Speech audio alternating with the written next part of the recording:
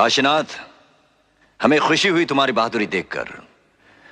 तुम्हें भी बहुत खुशी होगी ये जानकर कि आज के बाद तुम मेरे गिरोह में काम करोगे।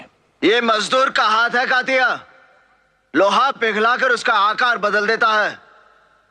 ये ताकत खून पसीने से कमाई हुई रोटी की है। मुझे किसी के टुकड़ों पर पलने की जरूरत नहीं। कीड़े मकोड़ों की तरह गली में रेंगने से बेहतर है यहां मर्दों में रहो, शेर की तरह। पिंजरे में आकर शेर भी कुत्ता